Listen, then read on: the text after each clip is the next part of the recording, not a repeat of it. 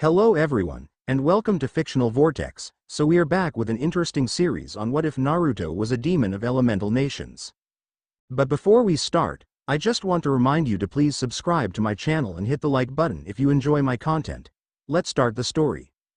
Somewhere in Konoha, in a room reminiscent of a morgue, was the unconscious form of a man with pink hair.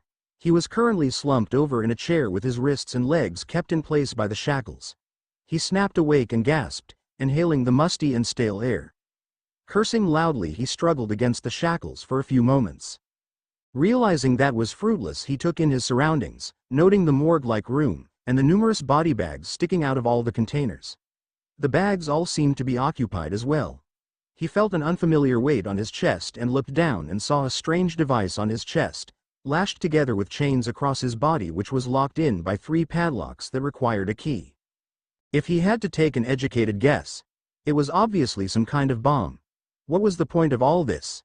Kidnapping and ransom. One of his rivals in the civilian council. A political assassination by a foreign power? Whatever this was, someone went to a bit of trouble for all of this. In front of him, a television came on with a small click followed by the picture of a figure, sitting in the shadows to obscure their identity. Then a synthesized voice began to speak through the television speakers. "Hello Kizashi. I want to play a game. You were once a decorated shinobi, but after the shinobi war, you quit that life and married Mebuki. You had a child with her, a happy married life, the perfect life. Then you joined the civilian council, became the head of it and gained one of the most prestigious jobs in Konoha. However, in recent years, you have become quite greedy and have forsaken the good things in your life. You no longer try to satisfy your wife. You have constantly told your daughter to worry more about marrying Sasuke Uchiha than her career as a kunoichi, and you have stolen and embezzled large amounts of money for your own private usage. And what have you spent it on? Prostitutes and dirty dealings with drug traders, and Danzo Shimura, the leader of the allegedly defunct Root. Now, it is up to you to decide which is more important to you, your ill-earned money or living to see your family again. The game is simple. You must locate 3 keys to unlock the bomb on your chest to be safely discarded into one of the body compartments. You have only 2 minutes to do so. However, you can buy time for yourself. Quite literally. You can use the device on top of the television to purchase 10, 30, or 60 seconds of time. But be warned, the price is rather high. 10 seconds will cost you 100,000, 30 seconds will be 300,000, and 60 seconds will be, as you may guess, 600,000. Live or die Kizashi. The choice is yours. As for the location of the keys, you're in a morgue. So take a guess. The clock starts now. With that, the television seemed to turn itself off but blinked back on to show a timer that began to slowly count down, and the shackles keeping the former shinobi in place clicked open, allowing him to leap up from his seat and dash towards the body bags. Wasting no time, he quickly unzipped on and found that a scalpel was taped to the chest area. Guess whoever kidnapped him did have a sense of fair play. He snatched off the scalpel and cut open the stomach region, to start his frantic search. He dug around in the cadaver's innards, his survival instincts currently overriding his disgust as he rummaged through the intestines. His fingers brushed against something solid, making him grab at the foreign object. When he fished it out from the cadaver, it seemed to be a small and black pill bottle. He popped it open and a slip of paper fell into his palm which read, "Ice cold. Try again." Kizashi growled as he tossed the paper aside and unzipped a new body bag, with a fresh scalpel waiting for him as he repeated the process of dissecting the corpse for a key. He looked at the timer on the television screen and saw he had 57 seconds left. He swallowed hard and doubled his efforts since he now knew what to look for. At last he found another bottle and opened it, revealing another note that read out, "Much warmer." So close. Roaring in fury, he tossed it aside and checked the timer again. He only had 15 seconds left. He bit his lip and knew that his only chance would be to keep buying a whole minute's worth of time to keep checking the bodies, but that would suck his funds bone dry. His few seconds of hesitation cost him dearly as he now had only 7 seconds remaining. Yelling in horror, he ran towards the designated device with an outstretched hand, hoping to push a button, any button for more time. But in his panic he accidentally knocked the device to the floor, causing it to break apart. His psyche shattered as he realized his blunder. That brief moment of greed and indecision had ultimately doomed him. He looked down and saw the timer count down from 3 to 2 to 1. He clenched his eyes shut tight in fear, and the last thing he heard was a loud explosion. 2 days later, in a darkened underground cell sat a lonely figure at a small table. The sounds of slurping could be heard as the occupant ate a bowl of ramen. In contrast to a usual isolated cell, this one was quite lavish and spacious. While the cell was made of glass, it was reinforced heavily with numerous seals to keep the prisoner from escaping. The sounds of footsteps approached and the door to the glass cell was opened. "Welcome. Please, have a seat. I was just enjoying some lunch." The prisoner spoke in a tone of politeness, but it carried an undertone of sarcasm and venom in it. The visitor in question stepped into view, revealing it to be the Sandaime Hokage himself. Glaring down at the inmate with a steely gaze while his hands carried a folder of some kind. "What's that you have there?" the inmate questioned in a tone of curiosity. Hiruzen slid the folder over and opened it, revealing pictures of the mangled form of Kazashi Haruno with his chest cavity blown wide open. The prisoner smiled while casually slurping up some ramen and replied in a jovial voice, "Not really into snuff porn, but I think I might still masturbate to this." At this statement the Sandaime visibly cringed in disgust at how delighted the inmate was at Kazashi's death and at the part about pleasuring themselves about it. "You're as vile as ever, but this isn't just about Kazashi's death. It's about this." He pointed to a photo which was a close-up of Kazashi's neck, revealing a distinctive brand in the form of a swirl mark had been burnt into his flesh. Hiruzen narrowed his eyes as he continued to speak. "This particular brand has appeared several times, most prominently during a certain kunoichi's reign of terror born from psychological warfare and guerrilla tactics that halted 18 enemy advances on Konoha. This kunoichi would scalp her victims, force them to drink bleach, castrate them, skin them alive, force them to march through minefields, and many other barbaric acts. The few who survived all bore this particular mark. Your mark, Kushina Uzumaki." The crimson-haired kunoichi smiled broadly in sadistic glee, her violet eyes showing no remorse or pity. "Oh my. Seems I might have a fan." She spoke in a tone of amusement and satisfaction as she slurped up some more ramen, her eyes never leaving Hiruzen's gaze, which unnerved him, but he refused to show weakness to this thing. "Indeed. And your help is required to capture whoever did this." The Sandaime spoke in a tone of authority. Regardless of varying allegations to Kazashi Haruno being corrupt, he was still a civilian council member, and more importantly, a citizen of Konoha. Someone had to be held responsible for this and face justice. "Is that a demand or a request? And have you informed the family, I wonder?" Kushina asked with a raised eyebrow as she tapped the side of her bowl with her chopsticks. "Does it matter? You will aid this investigation regardless?" As for Kazashi's family, his wife is being informed at this time. His daughter, however, is about to leave on a mission. She won't be informed just yet since I don't want her mentally debilitated by this news and allow it to affect her performance. The Hokage spoke bitterly, having grown tired of this woman and her sick little games. He knew from the moment she married the late Yondaime that this woman was going to be trouble, but he never anticipated she was a complete sociopath. "Nah. Don't feel like it, or maybe I don't want my newest fan to be caught. Here's the thing, Hiruzen. You tried very very hard to make the world forget about Uzu, and you have succeeded to a rather significant point. But Konoha has never forgotten about me. No one has.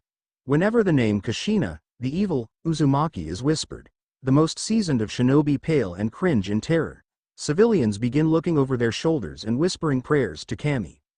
Even some children dream of a crimson-haired boogeyman haunting the shadows of their bedrooms. And you and your elders lay in your beds, restless, wondering when the day may come that I will finally escape and burn Konoha to the ground. That is my legacy as a kunoichi, and I will not see it end. It's actually rather funny. On that fateful night, after Minato sealed away the Kyuubi, you had your chance to end me. I was there, lying in the grass, holding on to life by a thread with my baby in my hands and a gaping hole in my gut. You could have beheaded me, and that might have been it. But no, I was, how did you put it? Ah yes, too valuable to kill. When it comes down to it, old man, you need me. You need me to find Uzu's secrets and treasures and so much more. You even thought that letting me live in comfort might assuage me and make me more trusting of you. But not once have I ever been allowed a simple visit to see my child. Now, if that were to be rectified, I would consider being much more cooperative." The crimson-haired woman spoke in a tone of seriousness and condescension, almost as though she were taunting the Hokage. That isn't going to happen. Ever. I won't have a creature like you corrupting Naruto-kun.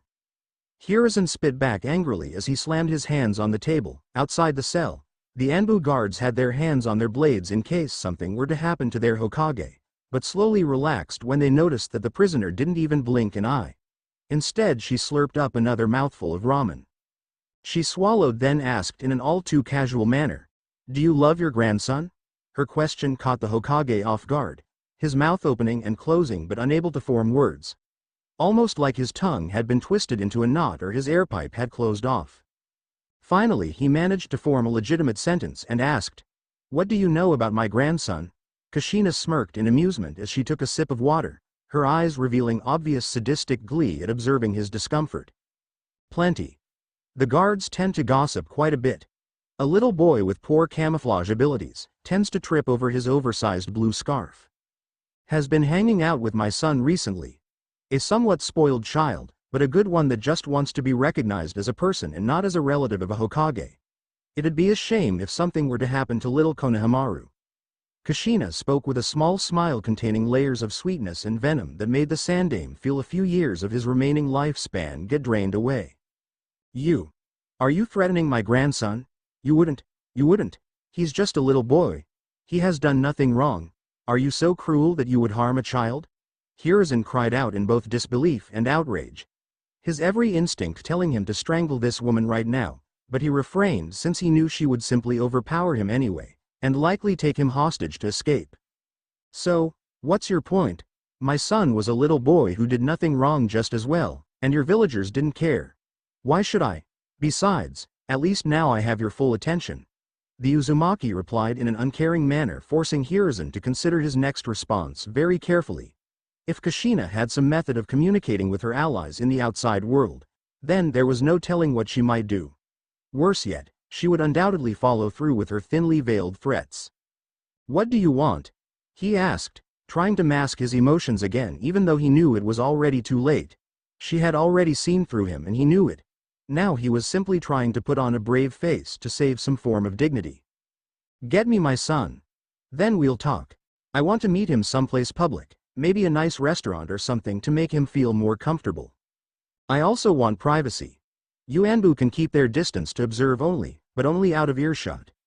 If I think any Anbu are eavesdropping, well, something unfortunate may happen." She spoke in a blunt manner, signaling that their conversation was now over. Hiruzen slowly backed out so that he may not expose his back to her and exited the cell.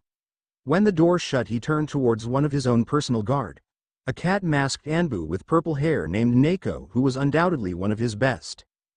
"Get Naruto Uzumaki here and hurry. He could leave to Wave Country at any moment now.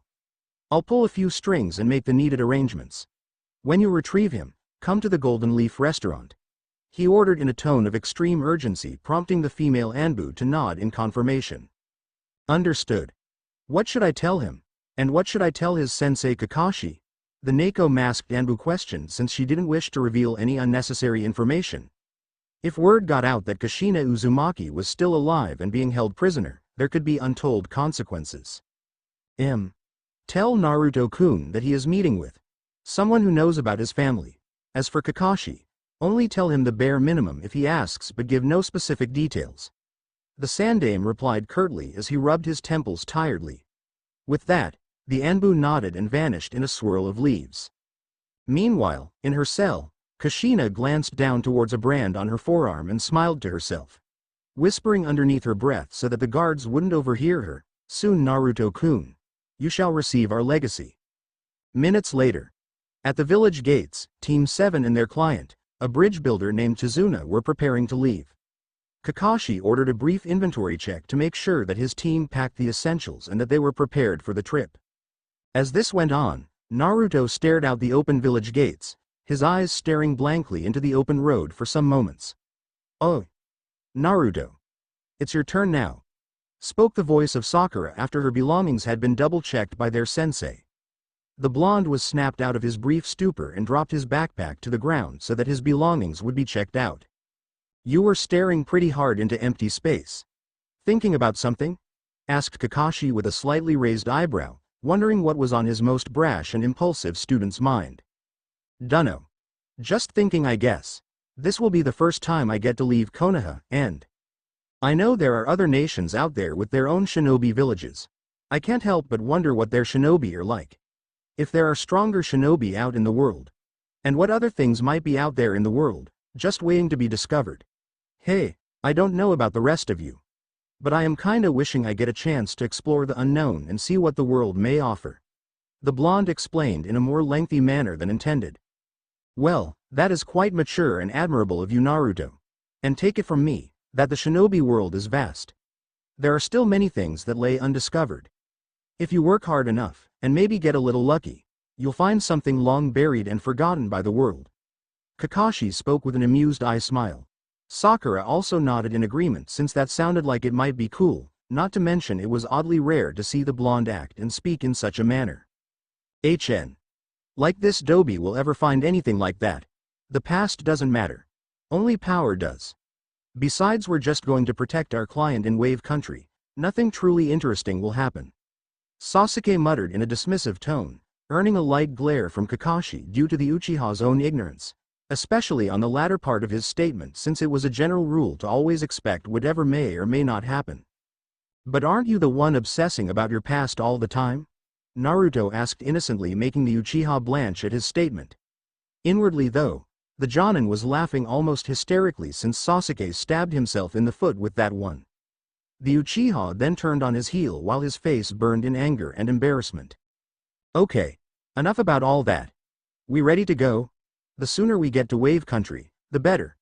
Tazuna spoke while drinking some sake, prompting Team 7 to nod in agreement, although in the Uchiha's case it was a simple grunt of confirmation. They all proceeded to leave Konoha until a loud feminine shout of "Freeze!" echoed down the street.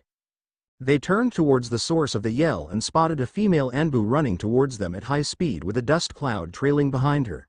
She lunged forward and tackled the blonde, sending the both of them falling to the ground, with the masked woman now on top of him, straddling his waist. The other members of Team 7 and their client all stared at the scene with wide eyes that were now the size of dinner plates. Naruto had swirls in his own eyes as he muttered, "Okay. Tackled by a mystery Anbu lady. That's a new one. Does this mean I am being arrested, or does the mystery lady want to see me off? I highly doubt it's the latter, Naruto. When an Anbu is sent after you, it usually ends with an assassination," yelled Sakura while grasping at her hair in worry for her teammate. "I haven't been stabbed yet, so that's a good sign," Naruto quipped bluntly, making the pinkette sweat drop at his statement, although there was indeed some merit to it. The masked kunoichi got off the blonde and extended a hand to him. He accepted it with a nod as she helped pull him to his feet, then brushed some dirt off his clothes. After that she adjusted her mask and spoke in a professional tone. "Anbu Captain and Hokage Guard, codenamed Neko, at your service, Naruto-san. I apologize for pouncing on you like that, but I was in a hurry." She bowed to him on one knee with her head lowered slightly, making the whiskered teen blush, since no one had ever bowed to him before. Don't worry about it. Did you need something from me?"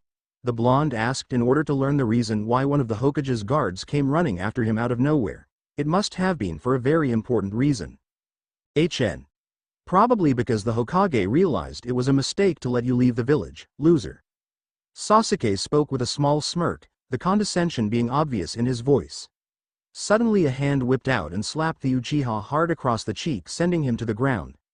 Sasuke's eyes were wide with shock as he touched the stinging sensation on his cheek. He turned to look up and saw the Anbu standing over him, her body language showing that she was very angry. "Speak when spoken to. And do not belittle your teammates," the purple-haired Anbu coldly scolded the self-proclaimed avenger. Even from behind her mask, the black-haired genin could see her eyes burning with an intense fury, and for once, chose to keep silent. Neko then cleared her throat and took on a more relaxed stance, causing Kakashi to raise an eyebrow at her outburst. She then spoke to Naruto in a gentle tone. "The true reason I am here is to retrieve you, Naruto-san. The Hokage has someone that you should meet. Someone that has knowledge about your family."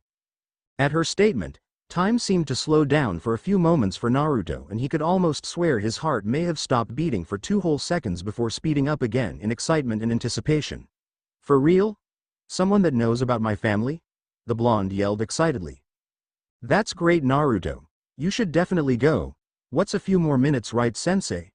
Sakura spoke in a surprisingly encouraging tone, since she felt that her teammate shouldn't waste this opportunity, plus she also felt a bit bad for constantly punching him during their academy days.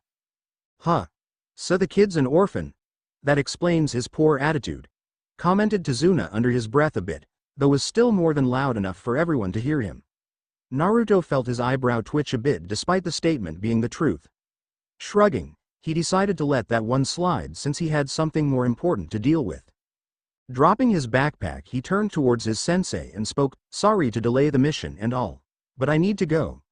I'll get back as quick as I can." The whiskered teen promised, earning an eye smile and a nod from the silver-haired Jonin. With that said and done, Naruto left with Neiko to meet whoever this person was, and he couldn't wait to know about his family. Meanwhile, Kushina Uzumaki is now wearing a white sundress with a matching wide-brimmed sun hat to keep the sunlight off her head. She is sitting outside on the Golden Leaf's patio in order to keep her separated from the general public and to make it easier to observe her while at the same time giving her the privacy she so demanded. Hiruzen stood by, glaring heatedly at the red-haired woman as she sipped a bit of wine. Numerous anbu were littered across the neighboring rooftops to ensure she didn't try any funny business, and just to ensure she didn't try to escape, a seal was placed around her neck which can be activated with a hand sign and then decapitate her if she attempted escape. Or some freak accident happened to Konohamaru if she failed to hold up her end of the bargain, however unlikely it seemed. It also helped suppress her enormous chakra network and inhuman strength. Kushina was many things, a monster and a murderer, but she was always a woman of her word. To the letter. On one occasion during her career, an enemy outpost commander promised to surrender so long as she didn't clap him in irons. She agreed on the spot, but then slapped cuffs made out of silver on him. Hiruzen was careful not to leave any openings or loopholes when dealing with this woman since she was a master of manipulation. He had no doubt that she had someone on the inside of his own infrastructure, possibly a man she had seduced with honeyed words and sweetened but empty promises. It'd be something he'd have to look into later. Kushina noticed how his face had been scrunched up in thought, prompting her to speak her mind. "Penny for your thoughts, Hiruzen? You look like you were trying to melt me into a puddle of goo with all that glaring." He grunted slightly as he replied, "Just trying to figure out how you have connections outside of your cell, and about what I intend to ask you about Uzu's treasures when this is all over." His response made her chuckle in amusement, her violet eyes being shadowed slightly by her hat, but if one looked close enough there was definitely a large amount of glee. "That's for me to know, and in regards to Uzu, I can't guarantee the accuracy of any information I give up. It has been a long time since Uzu's fall, so I wouldn't be surprised if some other vultures has already picked it clean," she commented offhandedly, although the Sandaime didn't believe her since Uzu was known to have kept their most priceless resources hidden, the true gems of their vast collections being hidden throughout the elemental nations. And there was one item in particular that was of interest, dubbed the Mark of the First, inside Konoha's Forbidden Scroll. Hashirama Senju kept several documents detailing some of Uzu's treasures, including the Mark of the First. The details on this particular mark are both vague and sketchy at best. It was recorded that the Uzumakis themselves knew very little about it, including the Shoden's wife Mito. From what Lil Hiruzen discovered, it is some type of seal that predates the clan wars, maybe even the Rikudo Sennin, that is capable of enhancing certain characteristics and abilities of whoever has it placed on them. However, there is some type of a catch, but there is no record of what that is. The Sandaime decided now might be a good time to ask as any. "While we wait for Naruto-kun to show up, I have a question regarding one of Uzu's treasures." The Sandaime spoke in a more professional tone of voice. The female Uzumaki sipped some more wine and decided to indulge his curiosity a bit. He did spare no expense after all, so it might not hurt to play nice for once. "Okay, old man. Fire away," she replied while adjusting her hat for a few moments, casually leaning back into her chair in order to look up at the sky with a look of playfulness on her face. Though for some reason it reminded the Sandaime of a cat that was ready to toy with a cornered mouse. "I want to ask you about something called the Mark of the First." He spoke in a curt manner. At his statement, the red-haired woman stiffened up for a few moments before relaxing in her seat, her violet eyes flicking between Hiruzen and the half-empty wine glass in front of her. Finally she smirked and responded, straight to the hardball questions. "That's fine. The Mark of the First has been a bit of an enigma even for the Uzumaki clan. Some think it was the first seal that the Rikudu Sennin used to break apart the Jubi. Some of our elders think it was something we received from a clan of demons. No one really knows. Only thing that's been known for sure is that it does indeed make whoever has it stronger and faster. But it was also known to make them more aggressive. At the end of her explanation, the Sandaime adopted a thinking pose, wondering if the enhanced aggression she mentioned was a possible side effect. Before he could ask further, an Anbu appeared and whispered into his ear that Neko had arrived with Naruto Uzumaki. He dismissed the Anbu with a nod and spoke to the red-haired woman. He is here now. Don't try anything funny or my Anbu will rush in to subdue you. Make the most of this. He warned her before vanishing in a swirl of leaves. I intend to. She whispered to herself before quickly straightening out her dress and hair to look more presentable.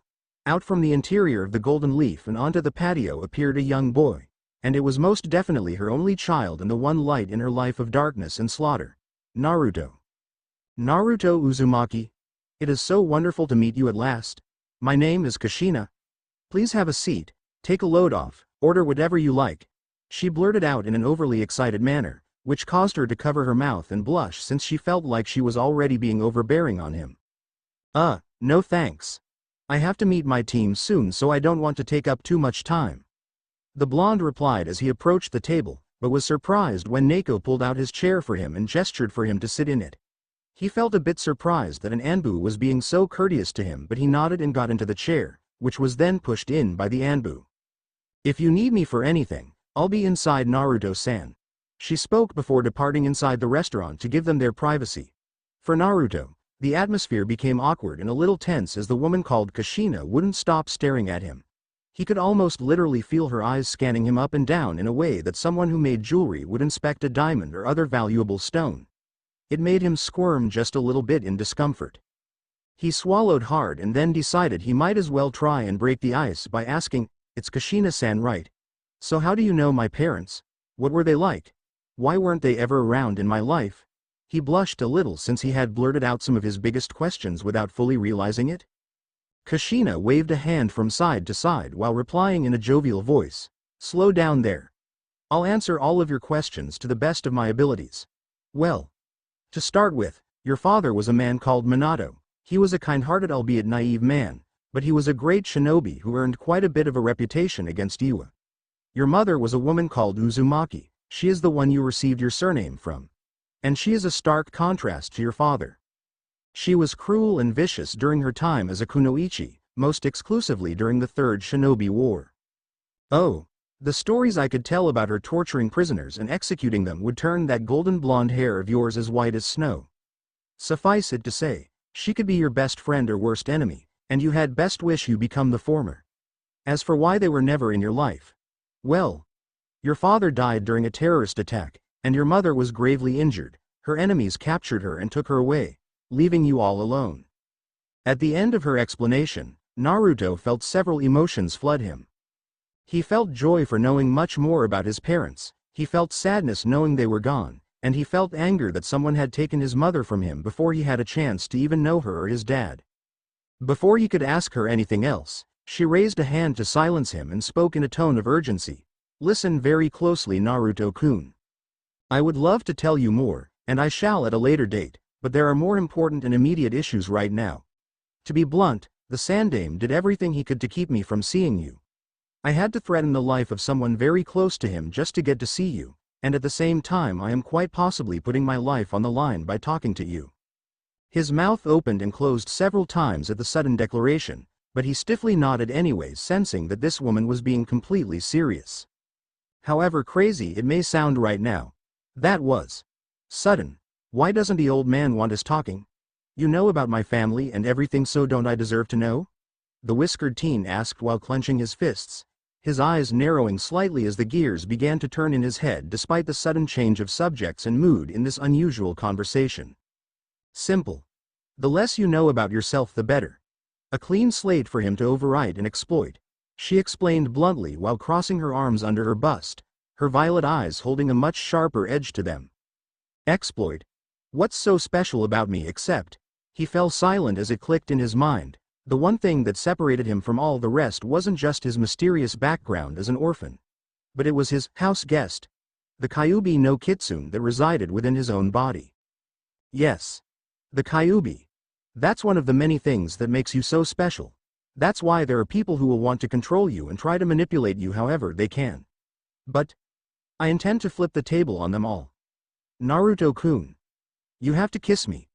Kushina spoke while removing her sun hat, allowing the sunlight to catch her blood-red hair. KKK kiss? You? On the lips?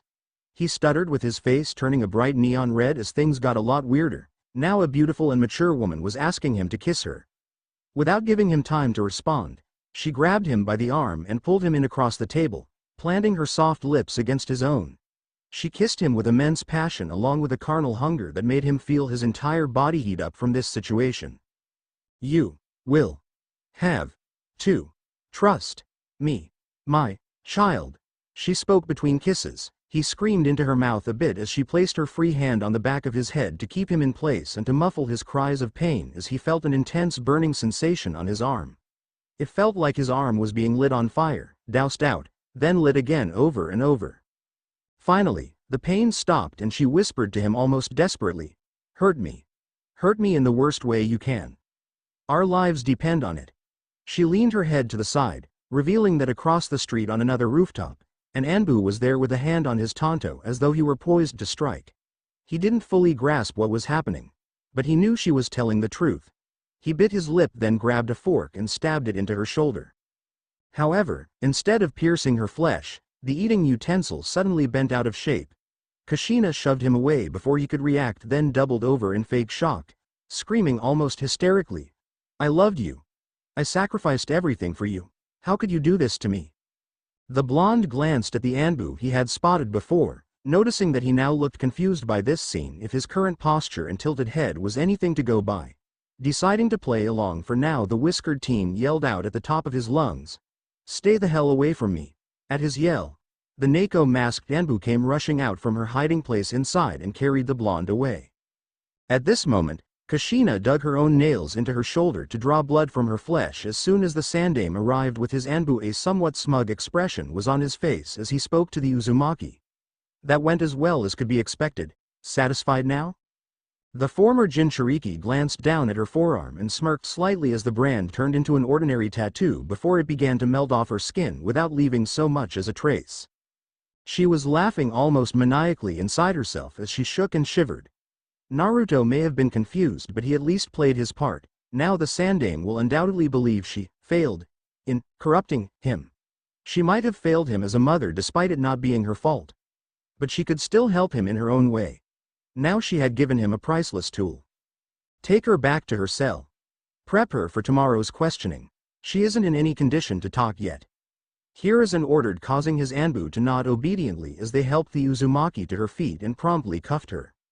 In another moment, down went Alice after it, never once considering how in the world she was to get out again. She muttered then spat on Hiruzen, hitting him in the face with her saliva. As the Anbu dragged her away, the Sandame took a napkin off the table and wiped it off. But for some reason, he felt a sense of dread after Kushina had spoken that quote. He recognized it from Alice in Wonderland, but he didn't understand what she meant by it. It was probably nothing. But then when it came to Kushina, nothing was ever simple. With Naruto. Naruto was currently being escorted back towards the village gates by the cat-masked Anbu. A gentle hand was on his shoulder that never left him. He said nothing, for his mind was reeling with questions. If the Hokage deliberately kept him in the dark about this, and about his burden, what else was he hiding? He could understand to a degree why the old man didn't tell him about the Kyuubi, but keeping secrets about his parents and family. That was totally unforgivable. He would definitely have questions later. "You're angry and confused."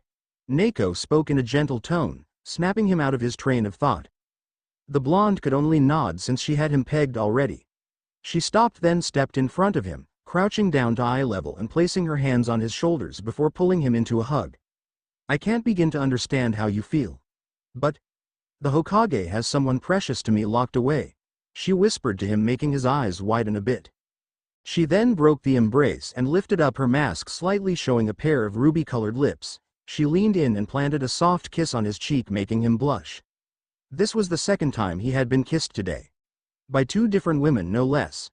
Once she was finished, she placed her mask back into place and rolled up his sleeve, which exposed a fresh brand on his arm where Kushina had grabbed him earlier.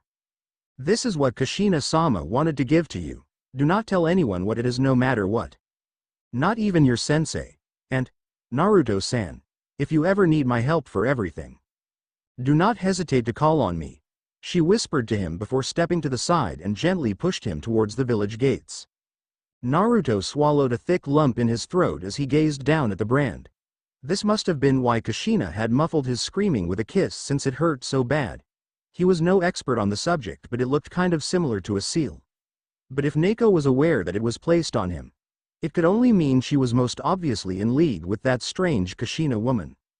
He was about to ask her, but when he turned, she was already gone.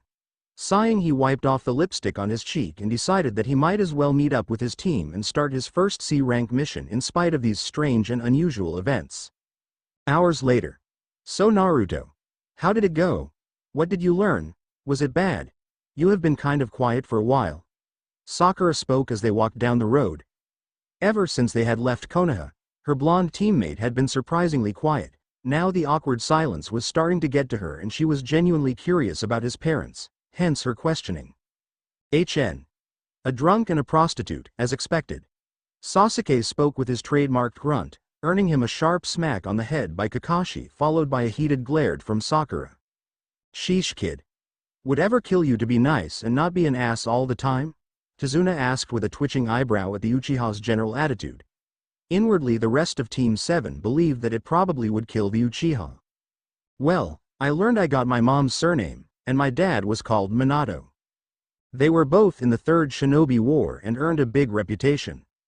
And they, well, didn't make it after a terrorist attack on Konoha. Naruto replied while leaving out some bits of information. Both Sakura and Tazuna gained sympathetic expressions at that, most especially from the latter since he had lost someone close to him too. Sasuke grunted with disinterest, but Kakashi Hitaki raised an eyebrow. The Jonin got the distinctive feeling that his student was holding something back, but he chose not to comment about it just yet. Naruto began to sweat profusely as he felt hot all of a sudden. He grabbed a bottle of water and began to chug it down, tilting it all the way up and swallowing it down at a surprisingly rapid pace. However, the cool drink didn't feel refreshing at all. He still felt hot under the collar and decided to remove the jacket of his jumpsuit and tie it around his waist, and still the feeling didn't go away. Hey, can we stop for a sec? I don't feel that great, the whiskered teen asked as he rested his hands on his knees, his vision blurring slightly. Are you okay, Naruto? You look kind of pale, Sakura commented as she approached him, then slipped his headband up a little and placed the back of her hand to his forehead. She immediately pulled her hand away and yelled, Kakashi-sensei. Naruto is burning up. I think he might have a fever. The Jonin approached and felt the blonde's head as well. He was burning hot to the touch, just like a furnace. The masked Jonin's visible eye narrowed slightly since he knew that Naruto was fine earlier. How could he have gained a fever so quickly in just a few short hours? Then the blonde suddenly felt cold and he began to shiver and shake, his teeth loudly chattering. Kakashi checked the blonde's forehead again, only this time, the boy felt as cold as ice. Naruto, do we need to take you back to Konoha? I'm not sure if we can even continue the mission if you're this sick, Sakura asked in concern as she grabbed a cloth from her bag and helped wipe some of the sweat off her teammate's forehead. I agree with Sakura. I think we should take you home, Kakashi muttered under his mask while considering his options. Naruto wheezed slightly as various colors entered his vision, then everything seemed sharper, more defined and colorful, like he could see every detail and flaw. His ears twitched as he heard squirrels running along the branches and a nest of baby birds crying for food from their mother. He felt every single fiber of the cloth wiping his forehead along with the soft hands of Sakura checking his forehead again. He inhaled deeply, and could smell strawberries from the pinkette's hand, some kind of moisturizing cream she kept on her person? That's weird. Naruto seems to be okay now. Sakura spoke as she felt his body temperature come back down. This was definitely weird by all accounts. Was he having hot and cold flashes for some reason? I feel fine. Better than fine, Naruto mentioned as he stood back up, a feeling of invigoration filling him again. He glanced at Sakura for a brief second and sniffed the air for a second, then asked, "Hey Sakura. I smell rice and chicken. Lemon pepper chicken. Cookies too. With cinnamon. Did your mom make you a bento or something?" At his question, the pinkette's mouth dropped open as she opened her bag and revealed the bento with the exact foods that the blonde had described. "Yeah. My mom made this for me. How did you know?" she asked, somewhat bewildered as she placed the bento back into her bag. "I smelled it." The blonde answered bluntly, much to everyone's astonishment, which led to an awkward silence for some moments. Sensing the mood, Naruto shrugged and spoke, "Well, I feel better now. Sorry for the false alarm. How about we get back on track?" At his suggestion, they all nodded in agreement and carried on their way while trying to pretend that nothing weird had happened. The rest of the trip was both silent and uneventful, except for Sakura occasionally checking to see if her blonde teammate was okay. He was glad to see that she actually cared instead of excessively hitting him. Eventually, it was decided that a short lunch break was in order as they all brought out their own food. Naruto sat on a stump close to a nearby puddle. He opened up his own bento he had made for himself and grimaced slightly. For some odd reason, he didn't feel hungry right now. He glanced at Sakura and he felt a strange sensation. He could hear her every heartbeat, see the movements of her throat as she swallowed her meals, and he could smell watermelon shampoo in her hair. He wasn't sure why, but he was starting to notice that his senses had inexplicably sharpened. Maybe it was nothing. Maybe it was all in his head. Shrugging, he decided to at least eat a little. Until he noticed something on the ground. It was the shadow of a bird, and it wasn't moving. Looking around, he saw that the birds in the sky had stopped flying in midair. His teammates and client had also frozen up in the middle of their meals. It was like time itself had stopped. "I don't understand the attraction to Sakura. But I do get why you like the pink hair. She doesn't have much of a figure, but if you're into petite girls, there are some benefits. You could lift her up in some interesting positions," spoke a female voice behind him, followed by an unfamiliar pressure now resting on his back. He jumped from his seat and turned around slightly, and was met with the form of a strange woman. She looked much like the form of his coined, sexy jutsu, except she seemed older, probably in her early adult years, and her hair was black as night and her eyes were a deep red. For clothes, she seemed to be wearing a black business suit with pinstripes along with a crimson silk necktie. "Hey there. Nice to meet you," she greeted in a jovial tone of voice. The whiskered teen sensed no immediate threat from her. But there was definitely something off as well. "Who or what the hell are you? And why has time stopped?" he asked while pointing an accusatory finger while adopting a more defensive stance in case she was a threat. "Me? I am you. A part of you at least. Call me Naruto if you like, since it's as good a name as any. And I decided to put the area around us on pause, so we could chat in private. Didn't want your little teammates or sensei wonder why you're suddenly screaming or talking to yourself," she answered with a smile as she adjusted her necktie. "Part of me? Am I going crazy or something?" he asked while clutching at his head in dismay. Naruto held up a finger and waved it from side to side as a more saucy grin formed on her face. "Not in the traditional manner. Call me a guide or something. I'm the gal that's gonna be your secret counsel and the one that will show you the ropes," she proclaimed as she did a quick tap dance followed by jazz hands. The blonde immediately sweat dropped since this girl was a bit strange. "You're not making any sense. Show me the ropes to what?" he asked while crossing his arms, a sour look on his face as he gave a light glare. Naruto smirked as she appeared next to him and grabbed his arm where the brand appeared, which gave him a sharp tingling sensation. Her facial features morphed slightly into a darker and more twisted version as her canines lengthened and her hair began to move about on its own. "Okay. Let me put this in a way you can understand. This brand on your arm? It is called the Mark of the First. Long ago, during a time when humans and demons existed together on this earth. Naturally, we demons were the dominant species, but then a great holy war broke out, and most if not all of demonkind were banished to hell. However, some traces can still be found. This mark is actually a sigil of the first of all demonkind, who wished revenge on their younger and more arrogant kin by starting the holy war. To level the scales, they granted humankind an edge. When placed upon a human, it transforms their bodies into that of a demon, greatly enhancing their powers beyond reckoning. The mark can, of course, be transferred from person to create more demon born from humans. Quite ironic that a holy war was waged using the powers of demons. As for me, I suppose I am an echo of the demons of old. Something they left behind so that those who bear the mark can know all they need to. But naturally I need to absorb just a little bit my host's essence in order to exist. That's about the long and short of it. Got it? She explained before releasing him with a dark chuckle. Not all of it. But then that means that Kushina woman was actually a demon, he muttered as he put the pieces together, earning a few slow claps from his new guide.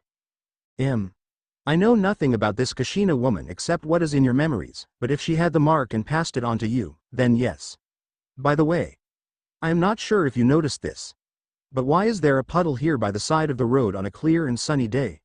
She asked while pointing at the puddle that was next to his seat, making him quirk up an eyebrow since he hadn't thought about it until she mentioned it. This is a lot to take in, you know. You're saying I'm gonna be a demon. He spoke angrily while clenching his fists as he glared heatedly at his guide, and he was also fuming at how that Kushina woman suddenly slapped this on him without telling him the consequences. Hey, it won't be all bad, trust me. Becoming a demon will be the best thing that will ever happen to you. You'll evolve into something better and more badass than any human. In time. You'll see why humans are so utterly inferior. She muttered the last part in a bit of disgust. The hell is that supposed to mean? Naruto asked with a glare, feeling like she owed him some kind of explanation for that particular viewpoint. Instead of answering him, she smirked and snapped her fingers, allowing time to resume like normal. You'll see. I'm sure you'll make a good partner, she replied bluntly as she vanished out of his sight. In that moment, a pair of figures leapt out from the puddle, making the blonde realize it was some type of genjutsu camouflage. Behind him, Kakashi rushed forward since he'd been keeping an eye on the puddle but couldn't warn Naruto for fear of alerting whoever was hiding. The blonde saw the two attackers had some type of clawed gauntlets and a chain connecting them together that was designed to ensnare and shred their victims.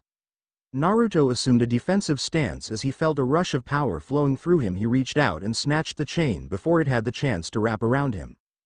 Wrong move, kid, spoke one of the attackers as they expected a spray of blood from his hand as the changed course to dash past him and target the Jonin.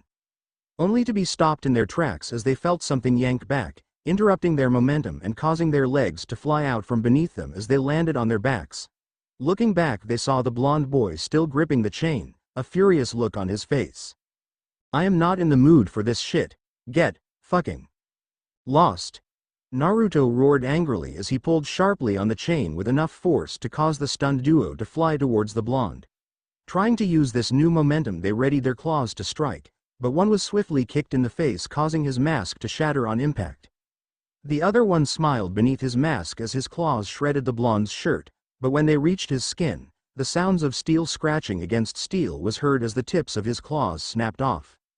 Wah! What the hell are you? Asked the one attacker who was still conscious, his eyes wide in disbelief. It was then he saw it. The visage of a ferocious demon staring down at him, like he was a roach meant to be crushed. I am Naruto Uzumaki, bitch. The blonde replied as he sent an axe kick down on the back of the remaining shinobi's head, sending him to the ground, creating a small crater from the impact. The whiskered teen scoffed as he dropped the chain to the ground and rubbed his neck slightly. For some reason, he felt powerful. Those guys seemed to have moved so slow from his perspective that he could have run laps around them, hence how he caught the chain so easily. He looked towards the faces of his team and client, their eyes all wide from the display. What was the only intelligent thing that came to mind, which made them all snap out of their stupors? Kakashi's eyes smiled slightly as he proceeded to tie up their attackers, which he identified to be the demon brothers Maizu and Gozu. Now the question remains. Why did they attack? Especially with someone like himself who was upper A-rank shinobi? From out of the corner of his eye, Naruto spotted his black-haired guide again. He was about to speak to her, but she beat him to the punch by saying, "Careful now. You have freaked them out enough. You wouldn't want them to think you're talking to yourself, right?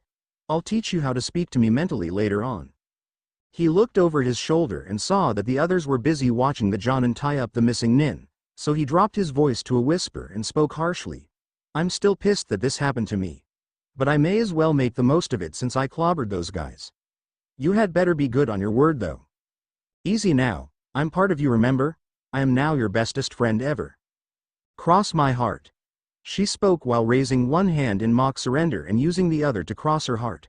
The blonde sighed as he glanced down at his branded arm, then slowly. A small smile formed. Sure, he was still mad about becoming a demon. But then, if he was still himself, then what did it matter anyway? He looked out on the open road towards Konoha's general direction, and silently wondered if he would meet Kushina again. End Chapter 1.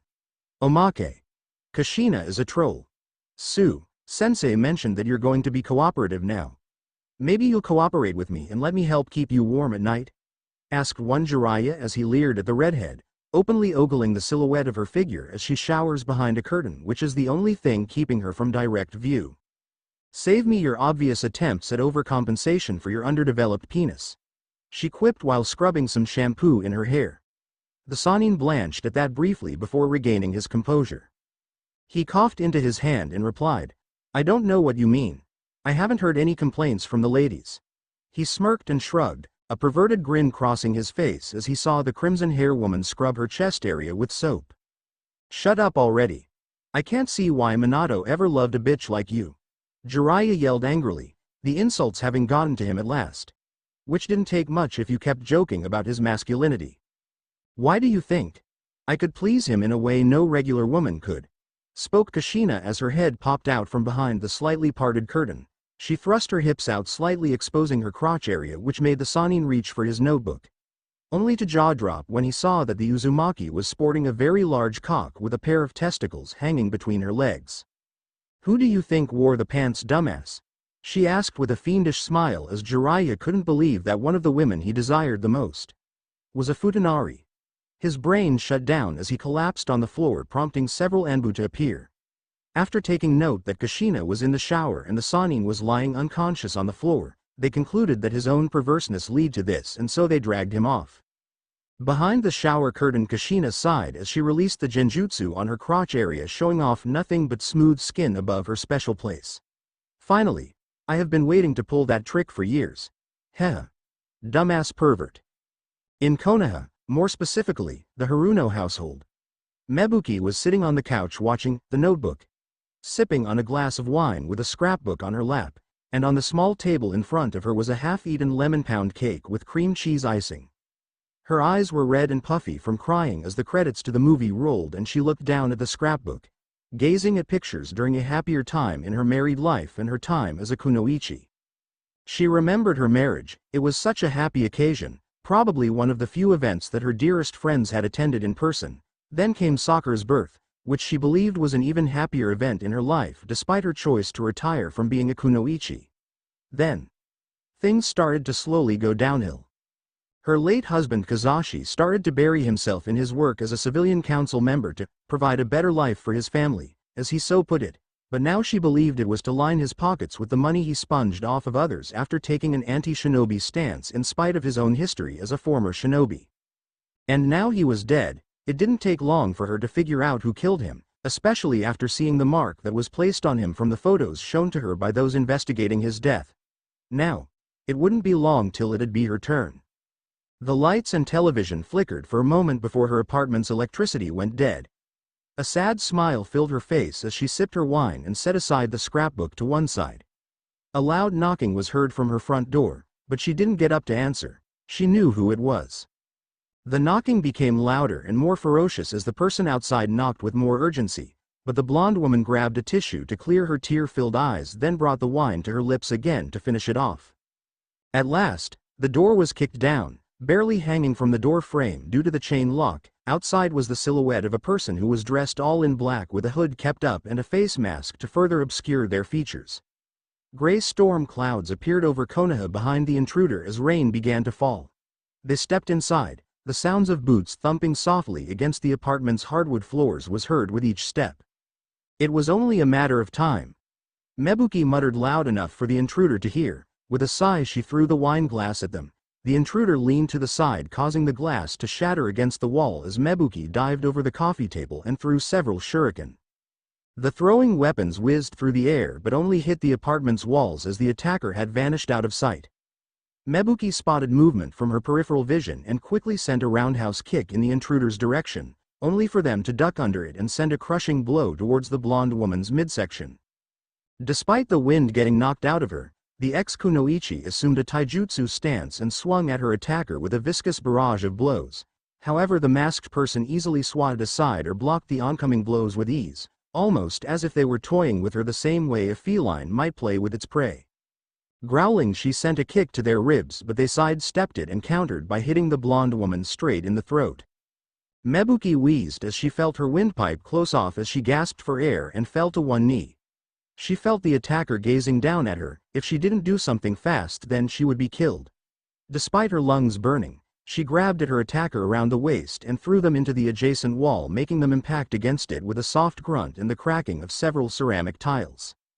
Mebuki sent a powerful haymaker towards the intruder, but they ducked under it, causing her fist to hit the ceramic-plated wall, breaking apart a large section of it. Despite feeling the pain of her bones cracking from the blow, she wouldn't give up just yet and sent her other fist towards her opponent's head, but they leaned to the side, causing her fist to pierce through the wall where the ceramic wall tiles had fallen off. The intruder shoved Mebuki back, then kicked a leg out from under her while she was off balance. Then in mid-fall they used the momentum of gravity and an open palm on her chest to make her crash through the coffee table. The blonde woman screamed as she felt tiny shards of glass shred her nightgown and skin, and with no time to react she found herself being thrown across the apartment like a rag doll. Her head hit against the kitchen counter, making her vision spin around. Shaking her head to clear it, she saw a rack of kitchen knives just waiting to be used. Pursing her lips together, she lunged towards them and threw one across the apartment, which missed and embedded itself into a picture frame. Then she grabbed a meat cleaver and threw it at her opponent, who successfully caught it by the handle with inhuman reflexes and threw it into the floor, planting the blade firmly into the wood of the floor. "Fuck me," Mebuki whispered under her breath as she grabbed a third knife and used it in an attempt to stab at the intruder. Despite blood trying to obscure her vision, she could still see her enemy ducking and weaving around her attempts to stab them. Finally, having enough, they caught her outstretched arm as she attempted to stab at them again, then snapped her wrist, causing her to yell out in pain, then drop the knife.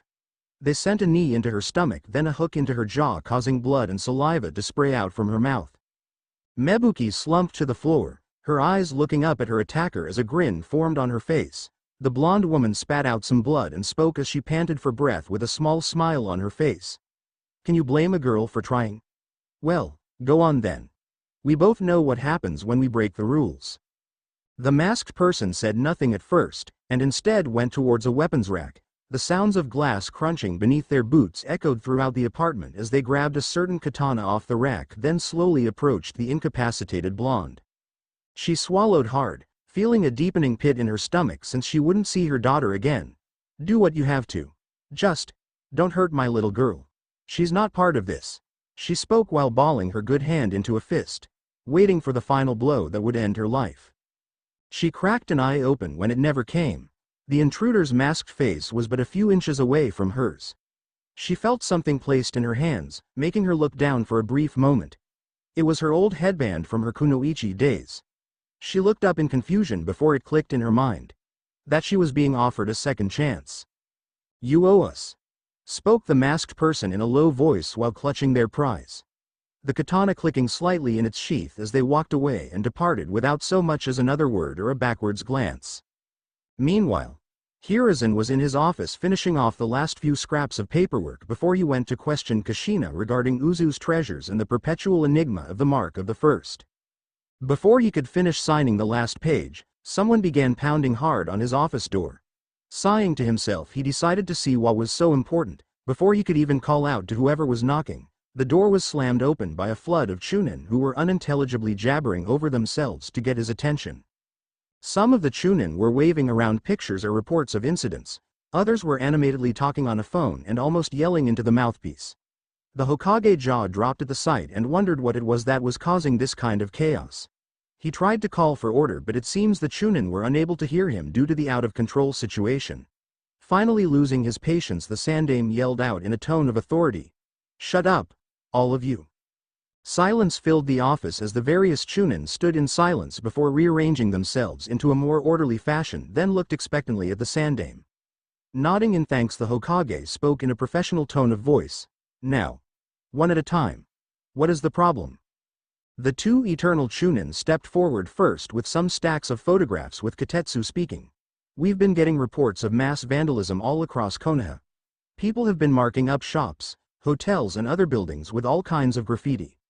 Ushering his partner Izumo forward, the Chunin presented to photos which made the Hokage's eyes widen in horror. The mark Uzu had been spray painted onto the sides of various buildings, and there were messages as well like, "Remember us now," or, "Long live our sacred Uzu," or, "The Hokage lied.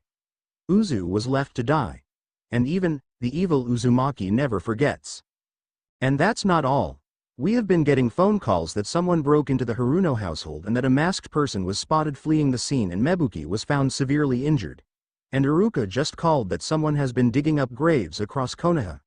3 have been confirmed: Mito Uzumaki, Makoto Uchiha, and Rin Nohara. Spoke a Chunin named Suzume as she pushed up her glasses. The Sandame narrowed his eyes, his fists clenching into a white-knuckle grip since he knew this was undoubtedly Kushina's handiwork. The graffiti was an attempt to send a message to the people of Konoha and make them start asking questions. Mebuki being attacked shortly after her husband's death. That was no coincidence. But why dig up those graves? Suddenly a shiver went down Hiruzen's spine. If Kushina knew about the Edo Tensei, then it could cause untold damage if she were to revive certain persons of interest. I see. I shall handle this matter personally. See about clearing up that graffiti, get Mebuki to the hospital, and if anyone asks about the grave robbings, don't say a word. There's someone I must go and question about these events. He spoke while assuming his Hokage personality as he got up from his seat. The Chunin cleared a path for him, allowing him to exit his office before they began to carry out his orders. All the while the aged Hokage couldn't help but wonder why Kushina and her followers were being so active now. Why wait all this time? Something wasn't right here, and he was going to find out what it was. Elsewhere. And that's the whole story. Tazuna explained his reasons for lying to them and why he needed a shinobi team in the first place. His explanation about Gato slowly squeezing the life out of Team 7 earned some mixed feelings. Both Naruto and Sakura kind of understood and felt bad about Wave's plight, but things were way different now. Kakashi was inwardly fuming since his team had been put in harm's way, and now was the time to consider what would be best to do. Sasuke, however, cared little for the bride builder's reasons and instead wished to continue on to become stronger. "What do we do now, sensei?" asked Sakura in an unsure voice. She didn't want to abandon Tazuna and by extension the people of Wave, but she wasn't ready to handle a mission that held the fate of an entire country. That was too much pressure, not to mention danger involved. "Well, from the way I see it, we have 3 options. First, we go back to Konoha and report that Tazuna gave false information and mission parameters and allow for a better and more experienced team to take over, but in doing so Tazuna may face some criminal charges for recklessly endangering and potentially wasting shinobi resources. Second, we continue with the mission at hand to aid Wave Country and possibly face very real danger in the form of more powerful missing nin or mercenaries. Third, we abandon the mission entirely and leave both Tazuna and Wave Country to their fates." At the end of Kakashi's explanation, a grim silence fell over the area. No one had the stomach to say anything at this time since they seemed to be stuck in a no-win situation. Naruto crossed his arms, feeling conflicted over what to do. Morally speaking, the right thing to do would be to continue on and face the danger regardless of what may come, but still. He felt the power of the mark slowly coursing through his body, which became more potent with each passing minute. Even with this power, could he still protect everyone even if he didn't fully understand it? Kakashi could undoubtedly handle himself, maybe Sasuke if he used his head and took the stick out of his ass. But Sakura was still in a bit of a fangirl phase and was a greenhorn no less. The visage of Naruko appeared beside him. She gave him a saucy grin as she spoke in an almost mocking tone. "Poor Ruto-kun. He's all stuck now. Can't decide which way to go. Forward or back. If only he had someone that could help teach him to use the powers of a demon." His ears perked up at that last statement. While he still wasn't sure he could fully trust this entity, he didn't have many options right now. "Come on, Ruto-kun. Being a demon isn't so bad. You won't need to eat or sleep nearly as much as a regular human, unless it is for pleasure. You'll be stronger, faster, tougher than any shinobi if you train in your abilities. Now stop being all down in the dumps and buck up.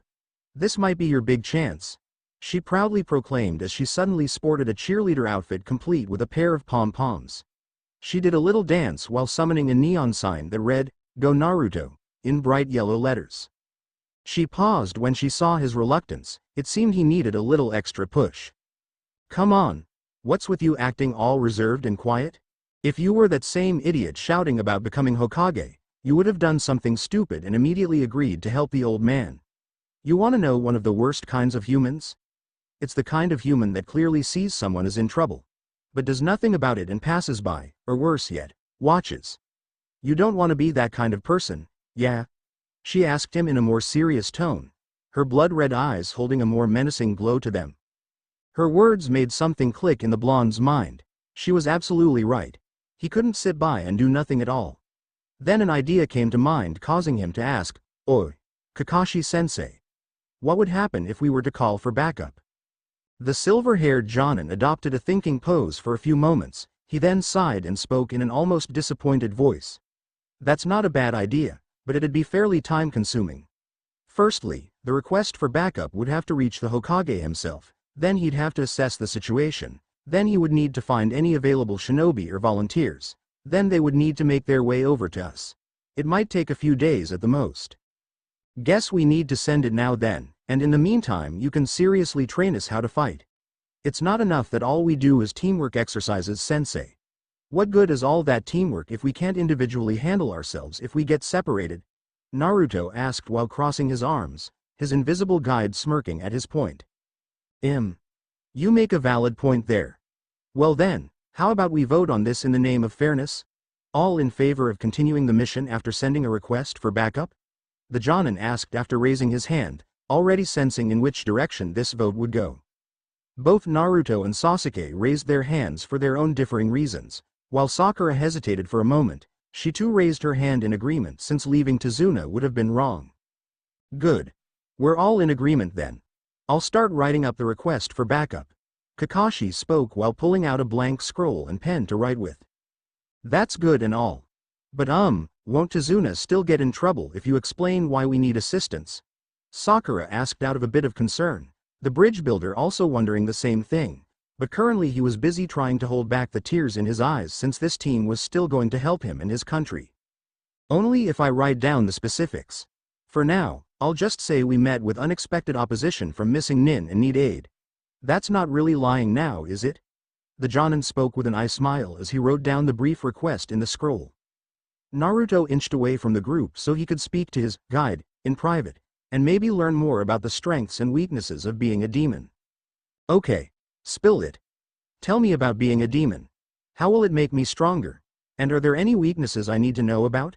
He asked his black-haired counterpart, making her smirk as she transformed into some kind of military-style uniform complete with a green beret and a chalkboard appearing behind her. I'm so glad you asked, Trooper. Now listen up because this is important, she yelled in a manner similar to a drill sergeant as she began to draw some cartoonish-looking demon-like creatures on the chalkboard along with several stick-figure humans. Then she put the words, "Demons versus Humans," above the childish drawings. When she was finished she cleared her throat to get the blonde's attention. He nodded in acknowledgement that he was ready, prompting her to speak. As I mentioned earlier, demons do not require as much food or sleep as a human would, unless they do so for the sake of pleasure or in some cases concealment. Your senses are also incredibly sharpened to superhuman levels. Enhanced eyesight, smell, hearing, the works. In addition, demons are capable of surviving in extreme climates and conditions. You could stand naked in a frozen tundra and not feel cold, or you could wear a heavy coat in a desert and not break a sweat. Demons are also immune to disease and many poisons including cyanide, snake venom and more. The bodies of demons are several times sturdier and more durable than a normal human body. Regular weapons will bounce off or break entirely against your skin, and for anyone that tries to punch you, it'll feel like punching solid concrete. It would take an extraordinary amount of strength or a special kind of weapon to injure you. Maybe something enhanced with chakra could do the trick. And even if you do get injured, you may simply use your demonic chakra to regenerate and heal from the injuries. Regrowing lost limbs and organs is also a cinch. Some jutsu won't work on you too. Fire jutsu won't do any real damage to you considering that demonkind originates from a realm of fire and brimstone. Water jutsu won't work unless the user has a ton of holy water handy. Wind and lightning jutsu might be able to do some damage. Can't say the same for bloodline techniques, but that kinda depends on what type it is.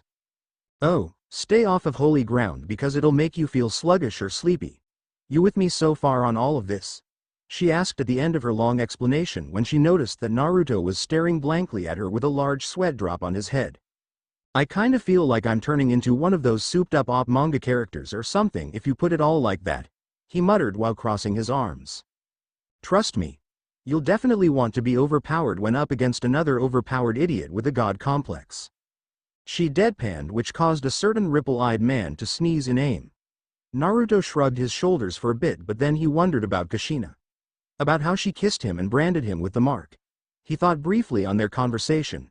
He remembered that she told him the given name of his father being Minato, and the surname of his mother being Uzumaki. Why not tell him their full names? Unless she deliberately left that part out for some reason or another. Perhaps to avoid putting him in danger if the Sandaime really was trying to manipulate him. He had too many questions and not nearly enough answers.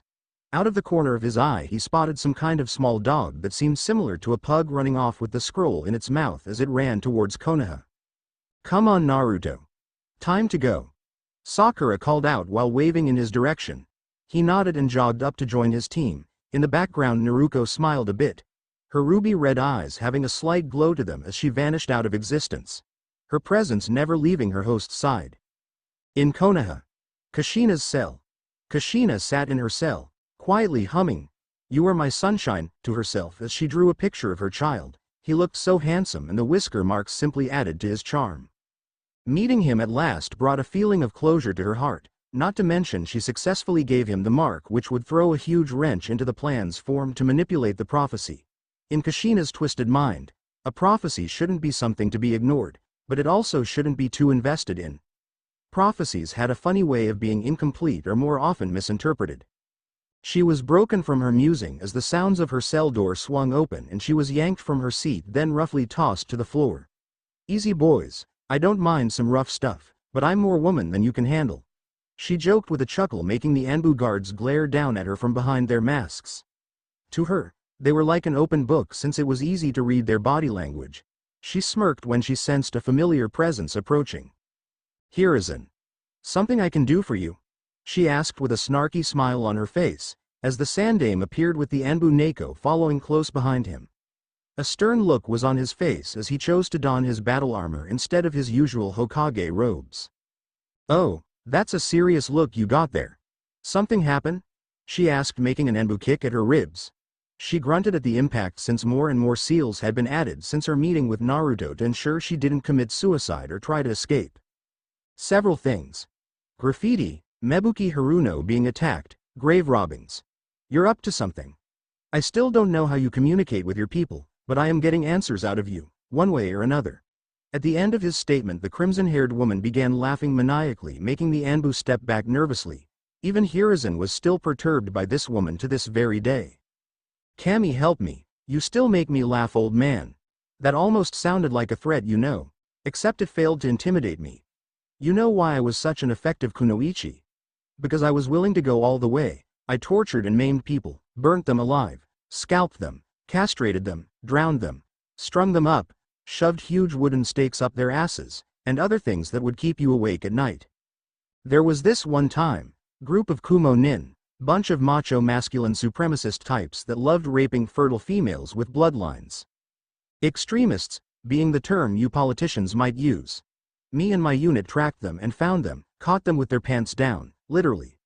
I took my time. Slowly cutting them apart piece by piece. They begged and screamed for me to kill them.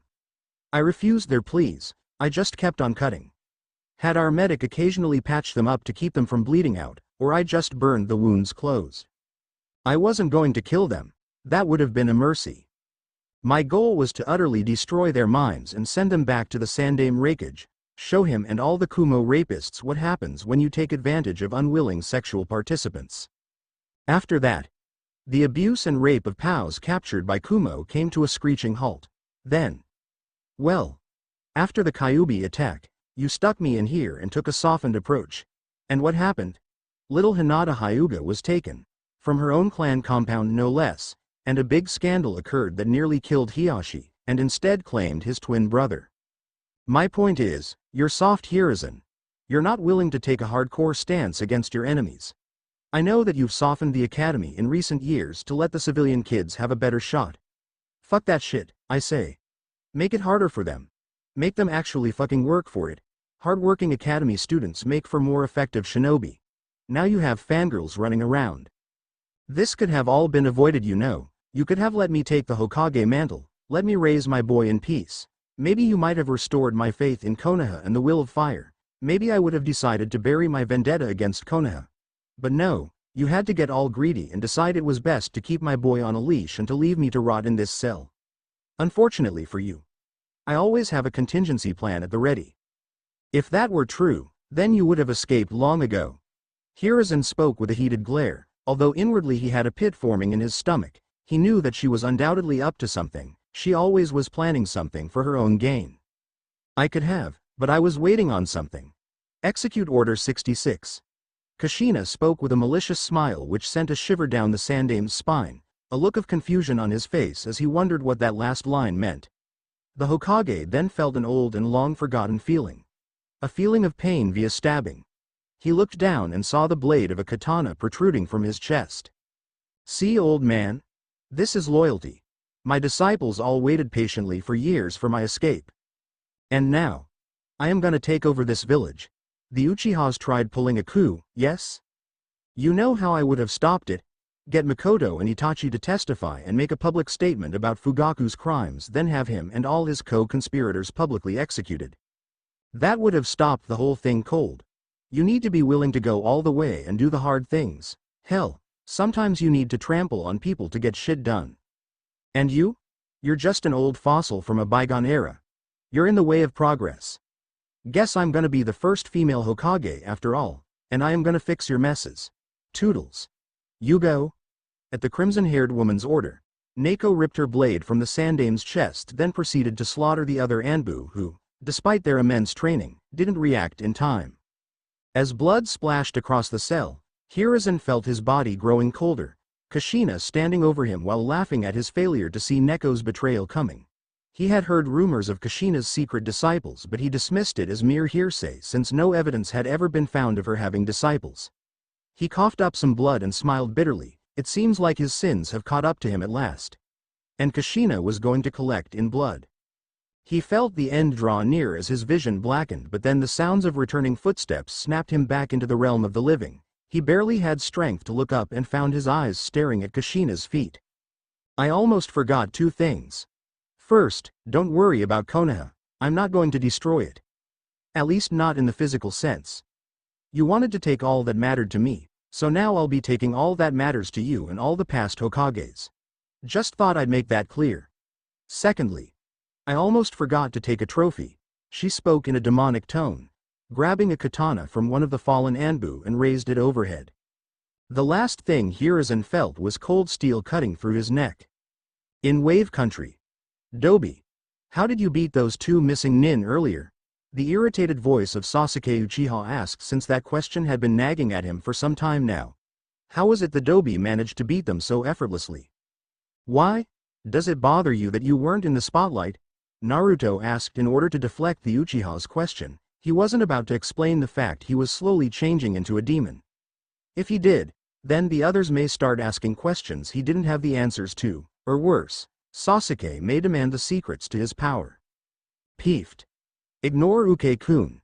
He's just puffing his chest and trying to act all big to compensate for his underdeveloped penis. The form of Naruto whispered into her blonde charge's ear, making the whiskered teen snicker, which didn't go unnoticed by the others. What's so damn funny, Dobi? Sasuke asked with a twitching eyebrow, growing more annoyed by the fact Naruto both outshined him and seemed to have gained an abnormal amount of strength in a short period of time. Oh, was just thinking that maybe you always try to show off and act all cool because of you possibly having some size issues below the belt. Naruto quipped, causing both Tazuna and Kakashi to snort in amusement, trying to contain their laughter. Sakura felt the urge to punch the blonde, but opted not to when she saw that Sasuke's face was burning bright red in a mixture of anger and embarrassment. Was there some truth to the joke? If there was, then there was no wonder as to why he acted cold to anything that was a female. The self-proclaimed Avenger clenched his fist angrily, not liking the blonde's attitude or his sudden boost of strength and confidence. It was like the Dobi had changed since they had previously left the village. What was the secret behind his power? Back during the Genin exam he kept fumbling through it like an idiot. But now he was more confident and sure of himself and displayed some kind of newfound strength he didn't have before. It made the Uchiha burn in anger that he wasn't in possession of that power. The blonde paused as his nose twitched and he felt a certain headache forming in his skull, followed by more hot and cold flashes, although they weren't as severe as before. Floating above him was his invisible counterpart who was busying herself with some kind of pipe, but instead of smoke coming out, bubbles came out instead. She noticed that he was looking at her oddly and spoke, "Seems that the changes are coming along nicely. Those feelings of hot and cold you're getting? Signs that your body is changing. Don't worry. They'll pass. The first round's the hardest anyway. And don't look now, but I don't think we're alone." She spoke, her crimson eyes lazily scanning the woods. Naruto's nose twitched again as he caught certain scents. Blood, herbs, shaved ice, and some other scents he couldn't identify at this time. But it was coming from somewhere to the right-hand side of the group. Pursing his lips for a brief moment he decided that this warranted investigating. "Hold up, gotta take a leak," the blonde offhandedly announced before vanishing into the woods, making his team stop to wait for him. The blonde hopped up into the tree branches and began jumping from limb to limb, following the scent of whoever or whatever was following them. After a few moments, he spotted someone crouching in the bushes. From the looks of it, it seemed to be a young girl maybe a year or so older than himself, holding some kind of Anbu mask with the mark of another village on it. "Good luck, Zabuza-sama. Stay safe," he heard her whisper beneath her breath, the name sounding almost familiar to the blonde for some reason. Seems like she and this Zabuza person were planning on ambushing his team. Maybe he could capture her and keep her as a hostage to discourage her boss? Wait. Where is the other one? He hasn't returned yet. She spoke to herself, which made the blonde realize she was catching on to the fact something wasn't right. It was do or die time now. He silently leapt down with a soft thump, then in a flash before the girl could even act, Naruto had already put his arms around her neck in a chokehold, cutting off her precious oxygen. The girl tried to call for help, but no words escaped her throat. She quickly pulled out a bundle of senbon in her hand and began stabbing at the blonde's arms to force him into releasing her, but they snapped off after the futile attempts to pierce his hardened skin. Growling in her throat, she braced her feet up against a tree and kicked hard, sending the blonde into another tree behind him in an effort to make him loosen his grip. However, this did little to affect him and instead made him squeeze harder around her throat. She felt her lungs burning, screaming for oxygen. Growing desperate, she began flailing about, fighting him with every ounce of her strength to get him off her, but soon her body couldn't follow her commands.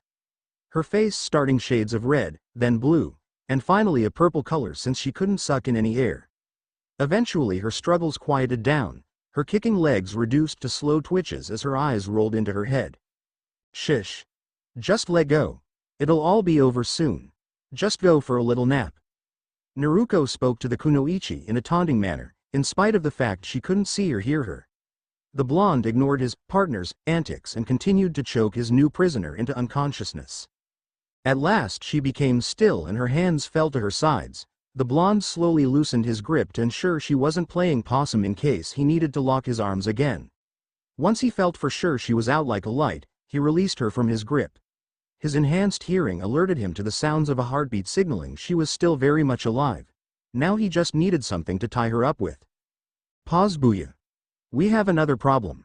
Naruto spoke while jabbing a thumb towards the direction of where the rest of Team 7 was.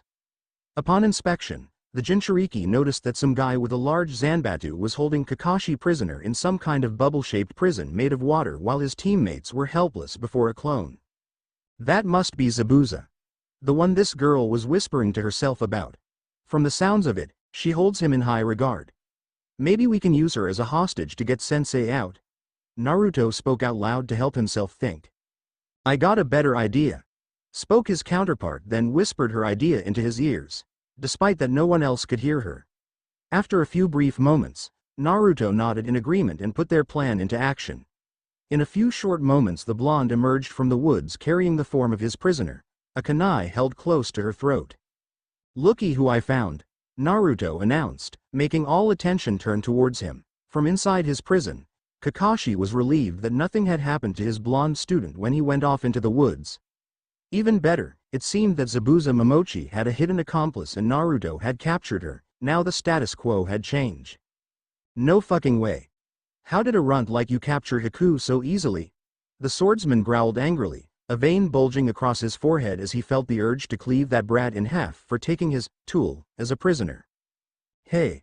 Caught her off guard. Does it matter? Now release Kakashi-sensei or I'll cut her throat open. The blonde shouted, pressing the tip of his kunai into the girl's flesh. The swordsman hesitated for a split second, but then smirked beneath his mask for a moment. You're bluffing, kid. You don't have the stomach to do that. The demon of Kiri spoke confidently, making both Kakashi and the other Konoha flinch visibly in horror, since the whiskered teen had no real experience in killing before. How would you know? Maybe I am pretending to be some idiot. Or maybe I might get nervous and accidentally kill her? Naruto countered back, his face like stone, making it near impossible to see if he was bluffing or being serious. The swordsman's eyes flicked to the boy's hand and found them to be perfectly steady, no signs of trembling whatsoever. You have practice I don't know about? The swordsman asked, now starting to feel a little threatened. He couldn't afford to lose something as precious as Haku. People of loyalty like hers weren't so easily found, much less replaced. I'll leave that for you to figure out. The blonde replied in a cryptic manner, making the swordsman smirk beneath his mask of bandages. Well, Kakashi, that little Uchiha brat and the sniveling pinkhead aren't worth my time. But that blonde one? He's got balls. He'll be going places in time. Zabuza spoke in amusement as he released the water prison surrounding the copy nin. As soon as he was free, the silver-haired Jonin rushed to safety. Altuf inside, he was in disbelief that Naruto managed to make the swordsman agree into releasing him in exchange for his accomplice. It must have been someone pretty close to the missing nin to make him comply. All right, Gaki, hand Haku over to my water clone and we'll be done here.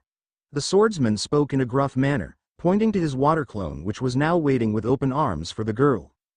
The copy nin was about to warn his student about doing that but was beaten to the punch when the blonde spoke. What? Only for you to attack us again when she's out of the way? Too bad for you. This is a shadow clone. At the end of his sentence, Haku vanished in a puff of smoke, revealing it to be the truth, making Zabuza realize that he had just been tricked. I made another clone to take her deeper into the woods, away from where you left her. If you want her back, then I suggest you go get her right now. The Jinchuriki spoke with a big grin that earned a heated glare from the ex-Kiri nin. This isn't over. As soon as I'm ready, I'll be hunting you all down. Starting with you, Gaki. I won't forget this. Zabuza announced as he vanished in a blur of motion, vanishing into the woods of Kiri. Quick! Run before he gets back! Naruto shouted and ran off, leaving behind a dust cloud, his team and their client not far behind him since they didn't want to go for a second round with Demon of Kiri. After nearly an hour of non-stop running, they all came to a stop to catch their breath, feeling confident that they would be safe for now. Quick thinking there on your part, Naruto. Using a decoy to free me like that, and sending him off to chase after his partner too. Good strategy. The copy nin spoke praisingly, patting the blonde on the head for such good work. All of a sudden, the blonde found his neck now within Sakura's arms, the pinkhead raining kisses on his cheek for his accomplishment. You really saved our bacon back there, kid. But Zabuza will be back soon, and he'll be really mad after you duped him.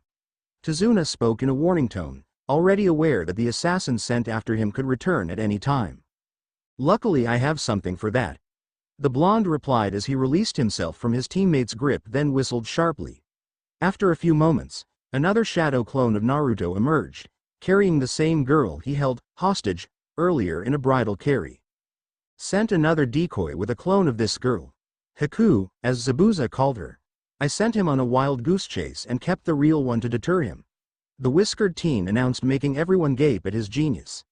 Now they were the ones with the hostage and Zabuza now had nothing. When the swordsman learns he had been duped twice over, would be a very humiliating and infuriating experience for him. Oi! Anyone got any wire to tie her up with? Rope's no good. Wire is better since she can't chew through it.